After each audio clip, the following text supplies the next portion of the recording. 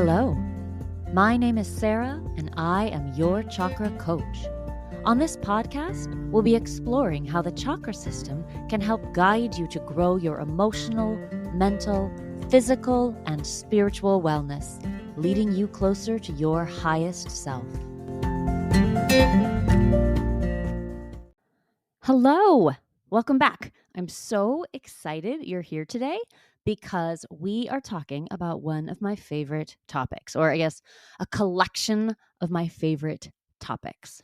I love to imagine new ways for the world to be, to envision ways that we can make the world work better for everyone, not just a few people at the top or who look a certain way, are a certain race or gender or type or socioeconomic status.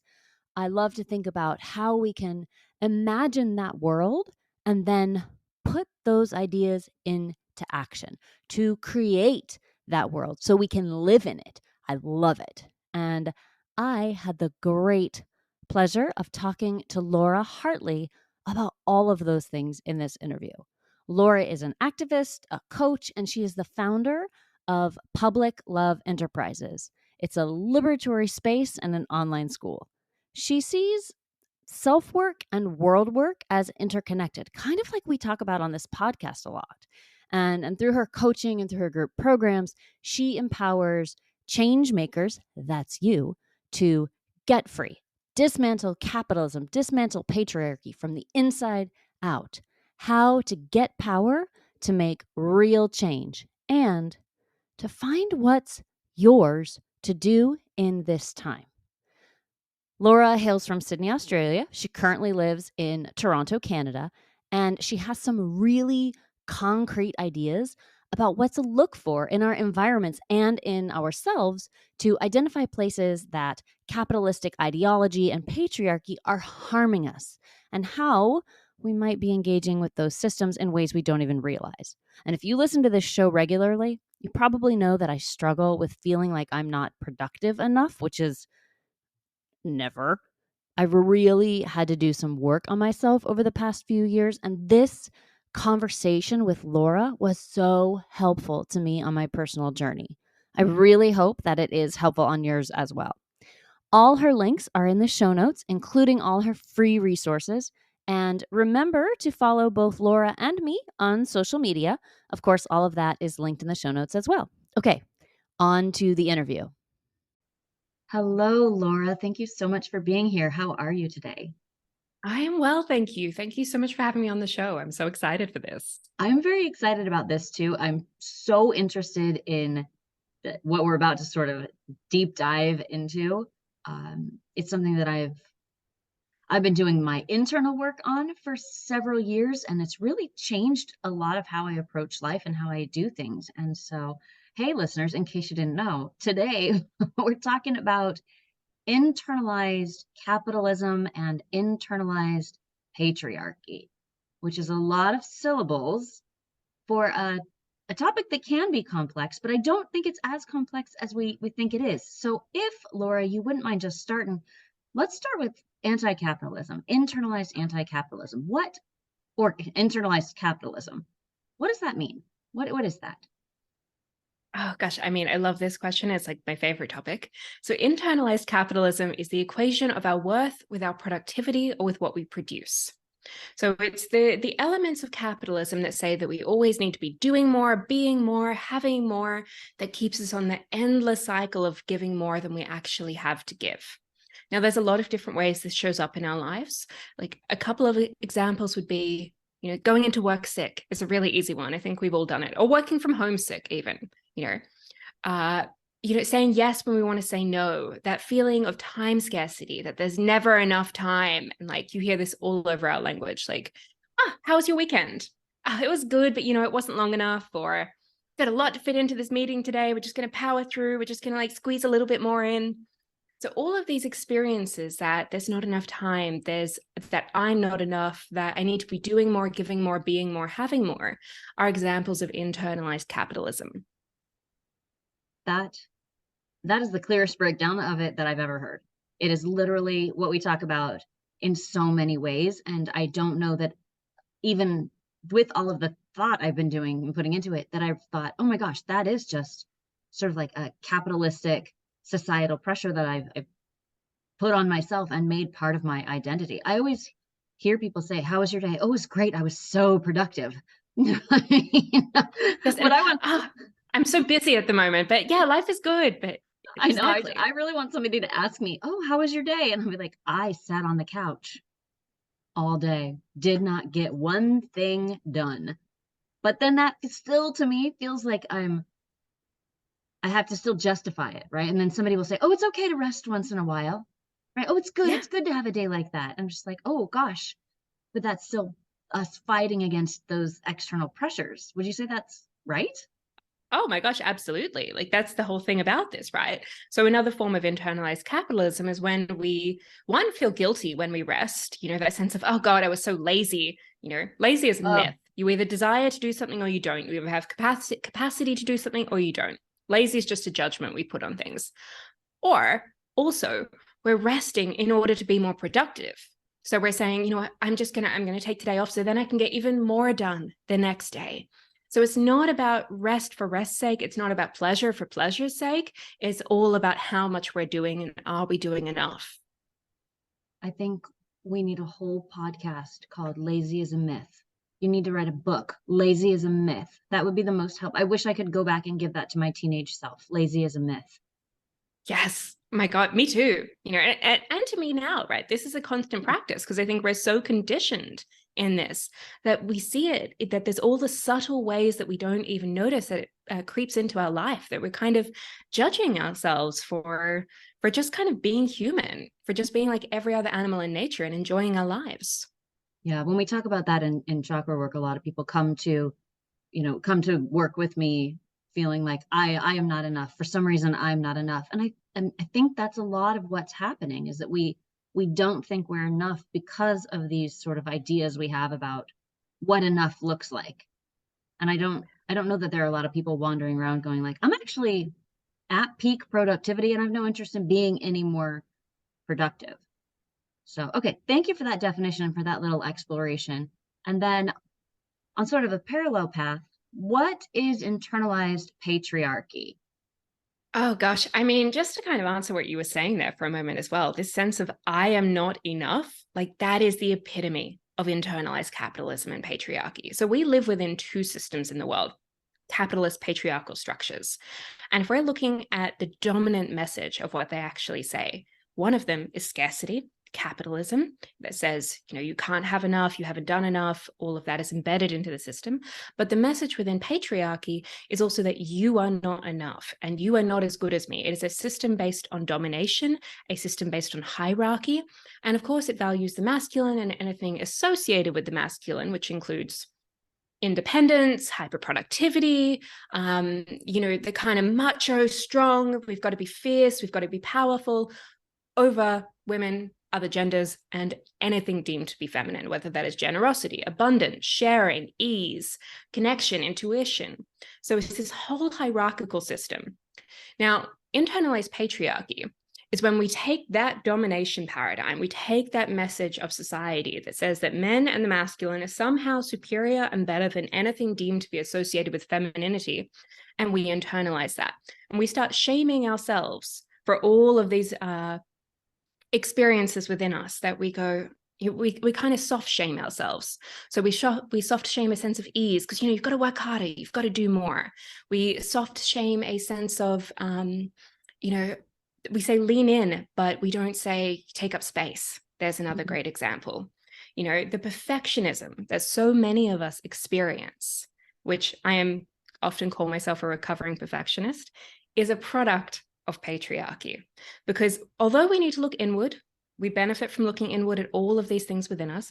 We also need to look outward to what are the marketing, what is the messaging, what is the advertising of culture and of this dominant paradigm that tells us in some way we're not enough. So it's a little bit of a complicated definition, but it's the soft shaming we give to ourselves that says we are not enough because the system we live in does not value women, other genders, or anything associated with femininity to the degree that it does men and masculinity.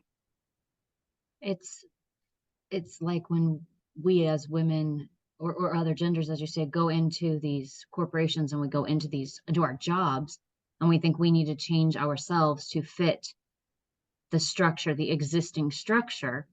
And so we start to force these traits that are, are part of us. Like, we're all of these traits, all of these characteristics, humans have access to all of them to whatever degree makes them, comfortable and Yeah. happy.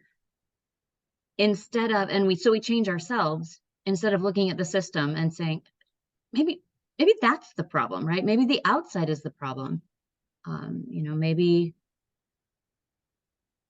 Maybe we need a different system, a different way of doing things. Yeah, I think we think it's incredibly normal in our culture to be burnt out and stressed. We think that's just part of being an adult, part of life.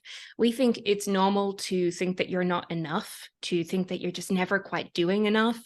We think that this kind of, you only need to look at the amount of diet culture that exists in the world that says that women always need to be controlling what they eat, monitoring what they eat, that you are a problem to be solved. And this is the dominant message of culture, says that culture's not the problem. The system's not the problem. You are. You are the problem, and you need to do something about that. Now, as individuals, I think we have agency, we have power, we benefit from things like therapy and any sort of internal medicine that we can do, but we also need to look outward and say, you know what, the whole conditions of our culture are wrong, the system is wrong, it's not just us, we are not the problem, it's the entire world we live in. So we need to do our internal work so that we can wake up to these messages that we've absorbed and internalized, and then make change in the world then. Yeah. So one of the great examples I like to give is, just of a plant, right? If you have a plant in your garden that isn't growing, nobody looks at that plant and just gives it like this pep talk of like, hey, have you just like considered being a little bit more like the broccoli, like nearby? Like that one's growing fine. What's wrong with you? We don't like yell at it and tell it to go like, just toughen up, just grow a little bit faster, a little bit better, just deal with it. We look to the conditions that the plant has. We look to the soil, to the sunlight, to the nutrients, to the rain. We don't blame the plant. And it is the same with us. We need to stop blaming ourselves for all of our problems, all of our struggles, for the fact that life is challenging, and start looking to the environment that we live in and the conditions we have that allow us to thrive. Okay, Laura, but how do we stop blaming ourselves when we've, spent decades sort of immersed in that? How do we stop? Oh, I think it's a practice. I think this is the first step actually, is really looking outward and kind of naming the system. It's recognizing those links between, oh yeah, okay, you're right. I don't know what a sense of satiety or enoughness feels like. I don't know what enoughness feels like when I'm eating. Diet culture is a great example of that. I don't know what enoughness feels like in my body, in a sense of I am enough or I am good enough, in my sense of time, that I feel like there's enough time. And so we can see all these problems in ourselves. Look outward. Where does that come from? Where in our culture are we ever told to experience the sense of enoughness? Where are we ever taught to do that? Even throughout our schooling and education, we're constantly taught you need to try a bit harder, you need to do a bit better, you need to get into another class. Our cultural story says, get the right job, go to the right university, do the right degree, meet the right person, take the next step, get the promotion. You'll be happy when you buy the next thing, buy the next thing. So if we can start to look outwards, we can start to see that it's not ours, and we can start to actually, in our minds, in our words, hand it back. Have you ever met anybody that got the next thing and was actually happy long term? They were like, that's great, done, did it, happy now. Because I feel like I Long term, haven't. no. I feel like I No. haven't. Like, there's a moment of joy, but you think about like Olympic athletes say that they're like, I won gold and it was exciting for about a week. Yeah. And And then I then I woke returned up to one day and then, yeah. yeah, and nothing had changed. You were still an Olympic gold medalist, but if you felt that you weren't enough when you won it, the winning the medal did not make you feel like enough. Yeah, Yeah. I feel like that happens a lot, and I know I'm certainly guilty of that. Maybe we all are. Maybe that's soft shaming, Laura. Am I soft shaming myself by saying, "Oh yeah, I do that too. Oh, I really shouldn't do that." Is that soft shaming? Well, the I shouldn't do that is like a little bit of soft shaming, right? So, like the acknowledgement, oh, I do that. That's just acknowledgement. That's just awareness. That's the first step. We need that. The more we can recognize these systems and these ideals playing out in us, that's a good thing because then we can start to make change. But like oh God, I shouldn't do that. It's like, another example of internalized capitalism is when self-work, and I use the term self-work to mean therapy, meditation, plant medicine, any sort of journey that helps us to go within, becomes not about getting to know ourselves, not about transforming ourselves, not about loving ourselves, but about fixing ourselves, about you need to just always be growing, always be doing better, just always on that upward growth journey, And it's a very subtle distinction between the two, but the energy is very distinct. And so whenever we're using that, like, oh, I need to be better, it's self-shaming. Do you have something to say that the world needs to hear? Of course you do. If you want to turn your ideas into a podcast, Spotify's got a platform that lets you make one super easily, then distribute it everywhere, and even earn a little money. All in one place, for free. It's called Spotify for Podcasters, and here's how it works. Spotify for Podcasters lets you record and edit podcasts right from your phone or computer. So no matter what your setup is like, you can start creating today. Then you can distribute your podcast to Spotify and everywhere else podcasts are heard. Video podcasts are also available on Spotify. With Spotify for Podcasters, you can earn money in a variety of ways, including ads and podcast subscriptions. And best of all, it's totally free with no catch. I like it because it's easy to use and to get support when I need it. Download the Spotify for Podcasters app or go to www.spotify.com/podcasters to get started. What are the things we get? So let's say that I become fully aware of my internalized capitalism and my internalized patriarchy. I'm aware and I start looking at the systems around me. First of all, tell me what the problems are with the systems around me. Okay, so capitalism is both an economic system, but it is also an ideology. It's also a belief system. Every system in the world has a set of beliefs, a set of values, and a mindset that uphold that system. Now, fundamentally, capitalism has kind of three major problems with it. The first is the pursuit of infinite growth on a finite planet. Capitalism is obsessed with growth. It defines success as growth. And I think it was Edward Abbey who said, growth for the sake of growth is the ideology of the tumor. And so we need to look at, what does growth mean? Growth is not the same thing as well-being. Growth is not the same thing as thriving. It's just growth.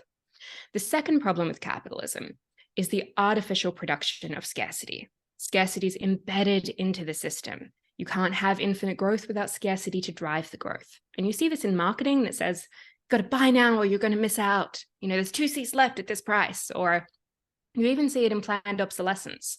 So like our devices, our refrigerators, our appliances, they're all designed to break. These things could last so much longer than they do. But if they break, we need to buy more. And the third problem with capitalism is, the devaluation of beautiful, living, complex systems like jungles and forests and oceans and all these spaces that I love to lifeless resources. They only have value if we can extract something from them. And that might be timber, that might be tourism, but it's only in relation to our use. So we see those three kind of pillars there of infinite growth, scarcity, not enoughness to drive the growth, and then devaluing our beautiful living complex systems. That is the problem with capitalism. And then how that plays out in ourselves is a different story. But I also think that's exactly what we were just saying. We expect from ourselves infinite growth. We expect from ourselves not that we aren't enough, can't have enough, don't produce enough. And also we are only valuable as humans insofar as what we can produce or have extracted from us, because that's how I feel like a lot of companies treat their employees, as resources from which to extract something.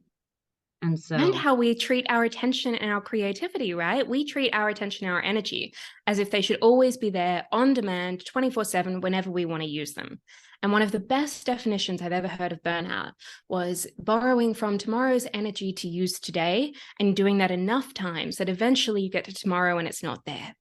Because our energy needs renewal. Our body is a beautiful, complex living system, and we are completely devaluing what it is that our body needs, what it is that our soul needs, in order to just keep extracting from ourselves so we can just keep producing. And so if we recognize these three pillars as being problematic, both as an external ideology and how they affect us internally, where do we start to make those changes? Where do we even start? I feel like I get to that point and I'm just like, I don't even know what to do now, and people will say, well, no matter what you think about it, you live in a capitalist society. I'm like, that's not helpful. And also you've Yes. just told me that my opinion doesn't matter. Oh my gosh, that's so true. And like, here's the thing, we do live in a capitalist society, but I believe the first step to really changing these kind of toxic elements of capitalism really starts with us. It's not up to the economists, it's not up to the politicians, it's up to us. And that both benefits our own lives, our own sense of well-being and thriving, and it benefits the world. So the first thing that I would suggest is really it's about reconnecting to the body. So we live as a culture, most of us, very neck up. We're completely in our heads a lot of the time. And, it took me decades to learn this. I remember being in a therapy session and having a therapist trying to connect me with my body. And I was like, I'm like, my emotions were so head-based. I was shocked to discover that, like, oh my God, my anxiety, I feel it in my belly, in my chest. What is this? It's like a whole new world opened up to me. Mm-hmm. But reconnecting to the body is about reconnecting to a new compass, right? Because our body, for the most part, and I'll put a disclaimer here for anybody who's experienced trauma, that it's not always true, but for most of us, it speaks the truth of our capacity and the truth of our desires. So our mind and our thoughts will be full of all of these, what I call shoulds. I don't want to do this, but I should. I hate going to this job, but I should do it. I shouldn't change. It's too late. All whatever we say is a should. These are all shoulds of cultural expectations and cultural stories. They're not based in what we want to do. They're not based in what we're called to do. They're just based in what we think that we're supposed to do. So connecting to the body is about learning to read the sensations, learning to read the feelings, to get a greater guide as to what is true for us and what we really want to do in this moment. So it's reorienting our compass in a way. Okay.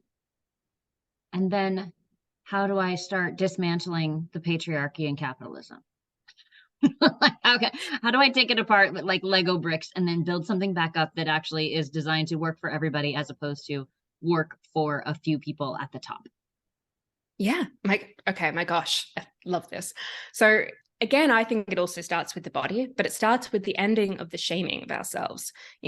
Patriarchy is built on shame. Like whenever you're looking at like how does patriarchy use power, it does it through shame.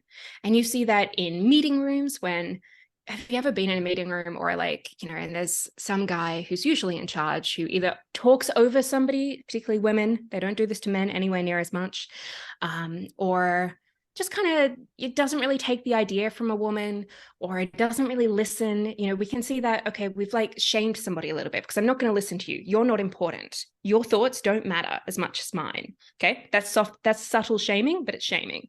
And it used that to keep power within themselves, to keep power in the patriarchy. You see it in magazines when it, shames women for their body size or for spending too much or, that women, need to take better, you can have it all. But, if you're struggling, why are you struggling? You can have it all. It's a subtle shaming of women, again, in magazines all the time. All of this shaming is propping up the patriarchy. So when we can see that, we need to realize that our job is in ending the shaming of ourselves. And most of us don't even realize how much we shame ourselves. Every time we say, I'm not good enough, I couldn't do that, or, oh God, I was so lazy. Oh God, I'm so fat. Oh God, I haven't done this. So it starts there. Because if we can't learn to stop shaming ourselves, to own our own power, then it's very hard to start giving that to other people. It's very hard to start sharing power. It's very hard to really stand up to those toxic power systems if we haven't learned to stop the shaming of ourselves. Yeah, I think that's true. Very difficult to move from a shaky foundation.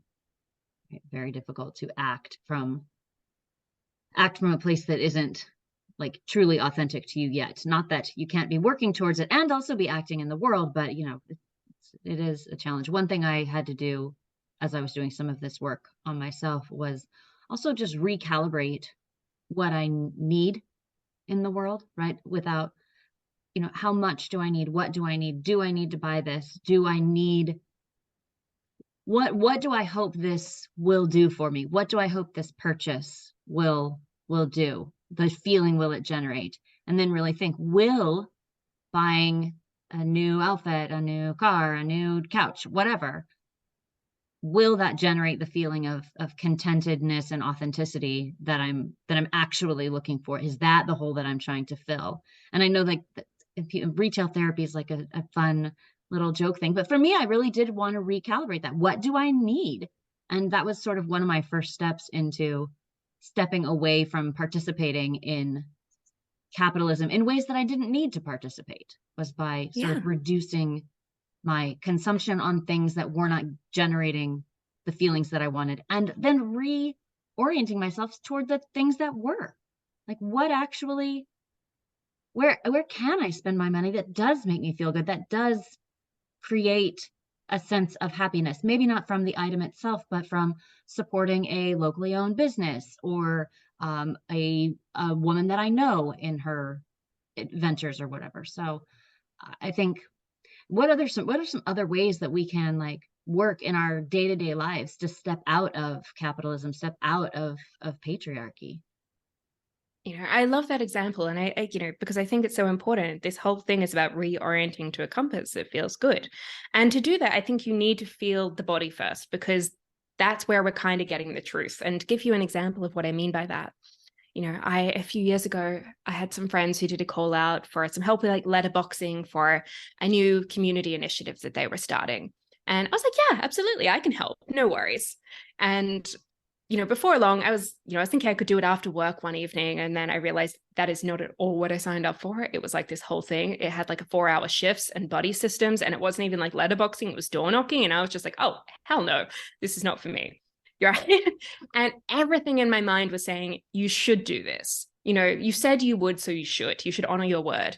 You care about your friends. You care about this movement. You absolutely should start. You just help them. Just do it. You can move this meeting and join. And of course, every time I did this, my body felt heavy. It felt closed. It felt weighed down. My shoulders were tight.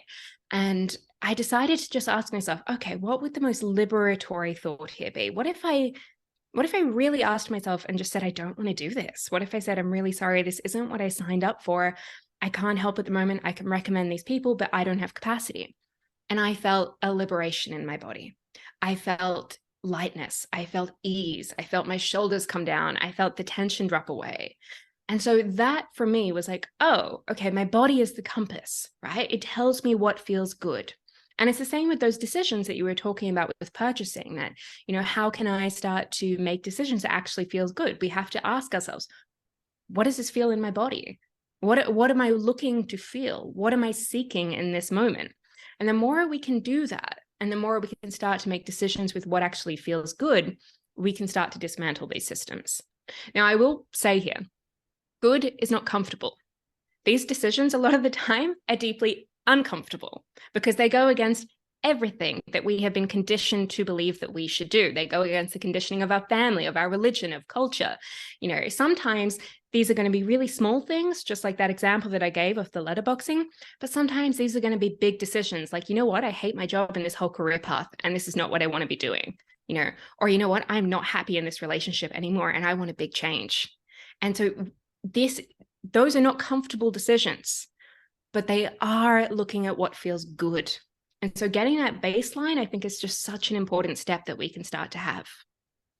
What do you recommend as a way to start getting in touch with our bodies? I mean, I think everyone's a bit different. For me, I think meditation is a wonderful practice, particularly like anything that really helps us just notice the sensations and to stay with sensations that are uncomfortable is a really powerful practice. But also, dance has been one of my best things. Like, I love salsa dancing and bachata and any sort of Latin dance, and it just takes me out of my head and into my body. And these practices of putting myself into my body regularly mean that I have the capacity in certain moments to stop and to pause and go, okay, what am I actually feeling? Okay, I've got tension there. Oh, is there a color? Is there a shape?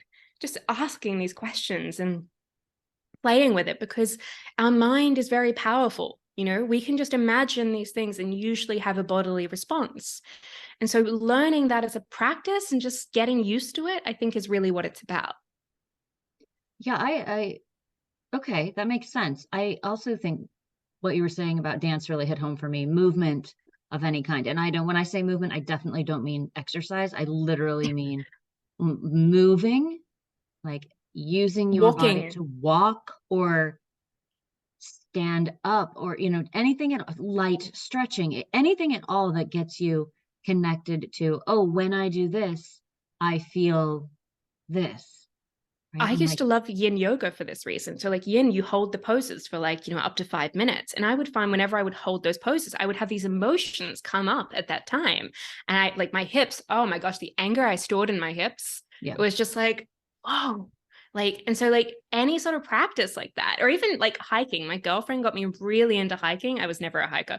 But I found like the more I get out there and the longer I kind of walk, the more clarity I get, the more kind of in my body I get. Just the more I drop out of all of this space of the neck up, and the more I just go, oh yeah, this is what I'm feeling.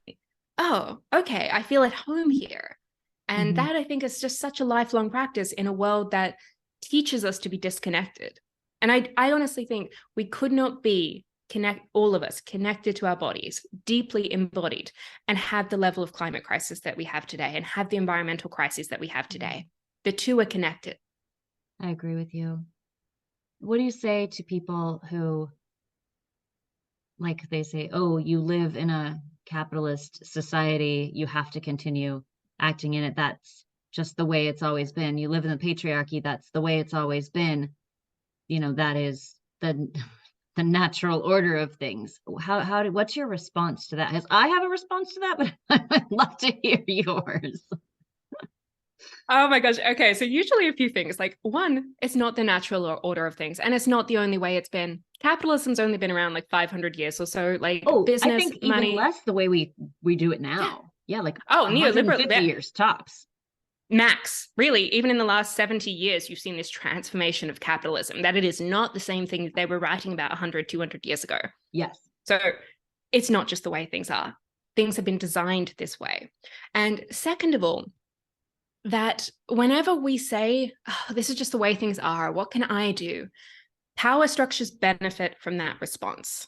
Like there's power systems in the world today that very much enjoy the world as it is, and they benefit from the world as it is, even though most of us do not, because I think most of us are not happy. We're burnt out, we're exhausted, and there's huge environmental crisis around us. But they benefit from us saying, this is just the way the world is. Because what happens when you say that? Nothing. You do nothing, nothing changes. So we need to realize that that's actually a false statement that we have been conditioned to believe, because it does nothing to disrupt the status quo. So we can say this isn't just the way the world has been. This isn't the way the world has to be, because we all co-create the world. We can all make something better. Okay. We all have choices. And people benefit from us thinking that we're powerless. We can start to really reimagine something new. Yes, that is frequently my response. I'm like, well, these are just ideas that somebody else had that are now like living in the world. So if we have new ideas, we can put our new ideas and create something new in the world, because that's the way it's always been done, is one of my least favorite phrases in the whole world. Just like, well, I don't want to do it that way. I don't. My Oh mother God, me always said too. I was so contrary. She's like, you're just never happy with anything. I was like, well, yep, that's on brand. Mine said the same thing. I was always like so argumentative and contrary. Like, it was the exact words. But I think Adrienne Marie Brown has a beautiful quote. She says, that basically we live in a world shaped by other people's imagination. That's right. And like we don't all have necessarily the power to change the big halls of politics or an entire massive global culture. But we do all exist in microcultures, the cultures of our organizations, of our families, of our communities, of our faith groups. These are all things that we co-create there, that we're a part of, and that we can have direct influence in shifting if we want to. So I think reclaiming that sense of agency, particularly at the small level and at the grassroots level, is really, one, about where change will come from, and two, a genuine, real response that we can all do something. You talk about an interesting concept, which is finding what's yours to do in the world. And I feel like we've kind of segued into that, finding what's yours, how to find, and is what's yours, those small things at the grassroots. Can you elaborate on that concept that you talk about? Yeah, so I think, a lot of us, when we're thinking about changing the world, it's easy to get caught up in everything that needs to be done, right? Because the problems are so big and we can see so many areas that need help that we want to help it all. And so we sign up to everything and we try to go into everything, or we do the opposite and go powerless and say, but I can't do anything. And really what this is about finding what is ours to do, because it's not our job to do everything, but we can find what is ours. Now, I think that's about really looking at our callings, about what's true for us. I think this has a spiritual element to it, a sense of kind of vocation that we can look at. But it's about understanding that there is I think every one of us has a calling. Every one of us has something we can offer to this time, really believing that, and then going deep into finding out what that might be. And is the first step then, well, getting in touch with your body, because I think that's going to be a huge step for everything. A meditation practice, journaling, or just experimenting with a variety of things until you find something that helps you. What are your Yeah, ideas? I think there's a few different spaces to work with. The body is definitely one of them. I also think, looking at our callings, and callings are just those little voices that all of us have that say, yeah, that thing that you haven't done for like 20 years, but you keep thinking about doing. And, like that is a calling. That little voice in the back of your head, we should always listen to it. And we know that. We all say it. We all say we should listen to it, but we don't. And we should. But I also think when we are multi-passionate people and we care about lots of things and we love doing lots of things, a more powerful space to look than what we love, which is the traditional advice, can also be to look at what breaks our heart. What makes us mad in the world? What do we look at and that, we say, what, that should not exist. That should not happen. What is it that gives you some sort of emotional response? Because our emotions are almost always the compass, right? They're always telling us what matters. Anger is a wonderful call to action as an emotion. It's always an informatory emotion. So whenever we're kind of feeling that, and whenever we're feeling like, what, this matters, that's the space. And then what we do there, that varies. But understanding that it can be an entry point is a powerful path. And I think anger is one of those emotions that the patriarchy uses to control women by telling them, nope, you are not to be angry. Because they know if you get angry, you might do something. And so they're like, oh, no, don't be angry. That's not ladylike, or Yeah, whatever the or you're word too is. bossy. You're too bossy. Yeah. Absolutely. You can't stay small. And so Yeah. it's a good tool to, it's a good tool to oppress because it stops change. But when you can tap into it, and that's a good way of thinking about it, is where do I look out into the world and say that absolutely is unacceptable to me, And and this can be start there. something really small, right? This can be something in our community. It can be like, I don't know, a new block of units going up where there could have been a community garden, or, it could be like something happening in our workplace that we're like, what, that's really not fair the way like that keeps happening. And that's something that makes us go like, have that response. So anger is a beautiful emotion that we as women do not value enough because we have never been taught how to work with it. We have never been taught that it is a guide, that it's giving us information, that it's okay to feel, that there's nothing to be ashamed of with feeling it. Okay. Because again, we shame ourselves because like, oh, I'm so angry all the time. Or, I just have this rage that just keep like tamping down because if I let it out, it'll be too big, So learning to work with that and to understand anger is telling us something. It is a call to action. It tells us our boundaries have been crossed. It tells us what we love. It tells us what matters to us. It tells us that we're hurt. Then it's such a space of wisdom, I think. We don't have to be afraid of our anger. Other people should be afraid of our anger. What might Yes. change in the world? But it's easier if we're taught to fear our anger and to fear our and men emotions in general. and men to fear their vulnerability, and men to Yeah. feel like genuine other emotions that aren't anger, because they too are victims of the patriarchy, right? It's not like, Absolutely. I don't think anybody thrives in a patriarchal society. You see huge rates of depression in men, huge rates of loneliness. There was something I was reading recently that talked about, basically, men forming a lot of their strong relationships with women because, again, they don't talk openly about what they're feeling with their male friends. So we have this like disconnection from themselves, from their heart, from what really matters. And what they are taught they can feel is rage. Rage is safe, rage is manly, rage is force.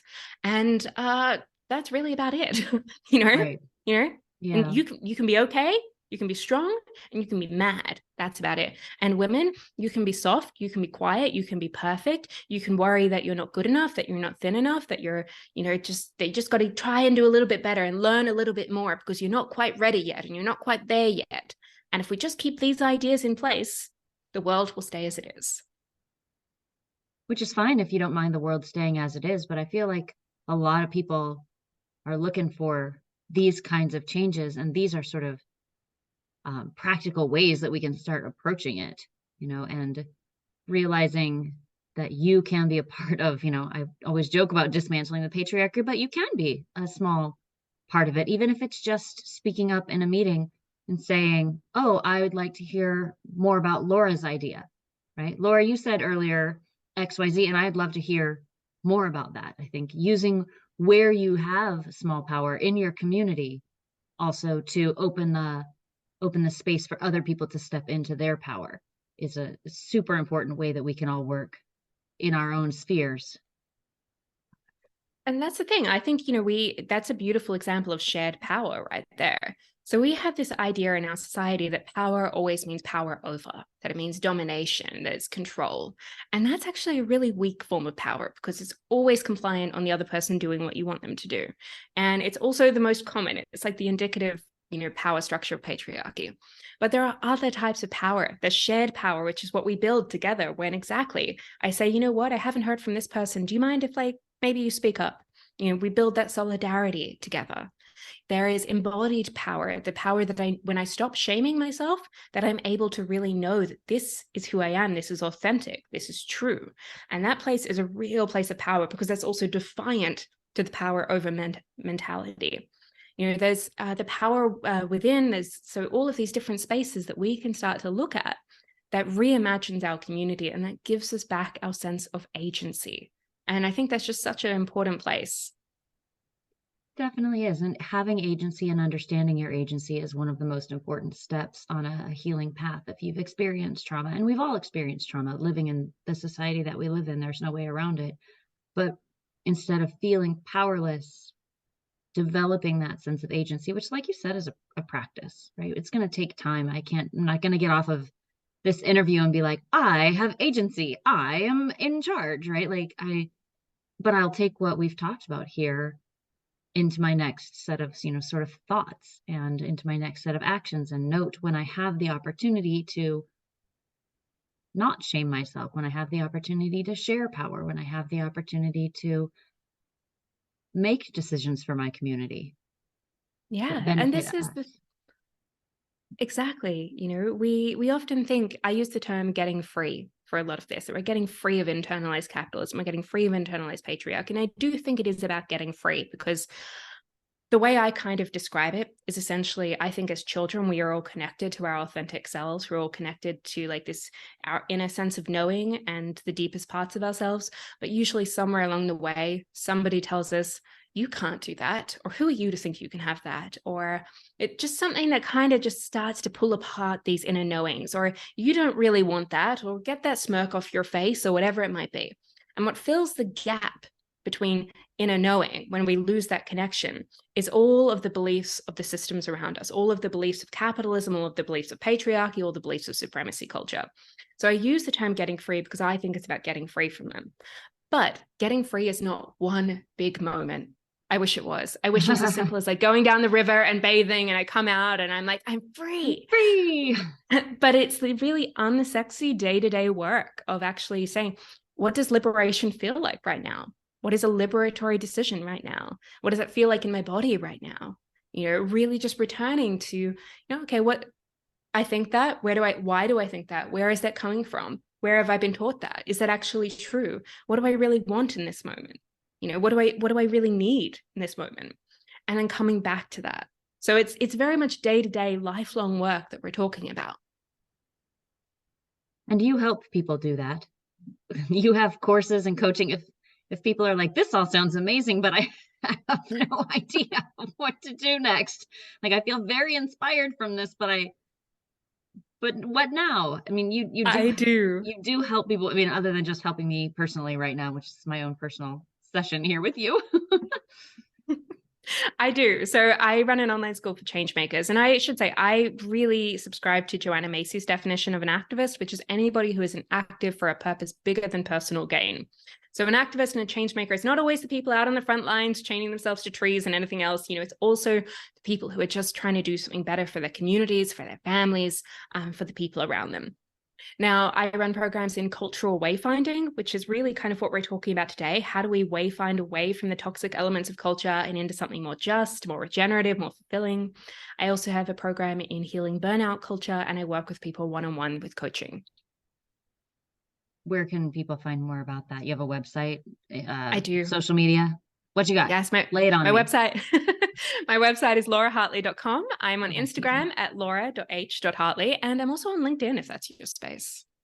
Oh, sure. That makes a lot of sense if we're talking about, changing capitalism. LinkedIn is a great I know. great It's place just to talk about that, actually. first place you think of, right? Like Yeah. anti-capitalism, like dismantling the patriarchy, like cultural beliefs. LinkedIn. Check it out over on LinkedIn. Although, I mean, yeah, it does make sense in sort of a weird roundabout way, but yes, I think there's a lot of room for that. Laura, thank you so much for this very, very insightful conversation.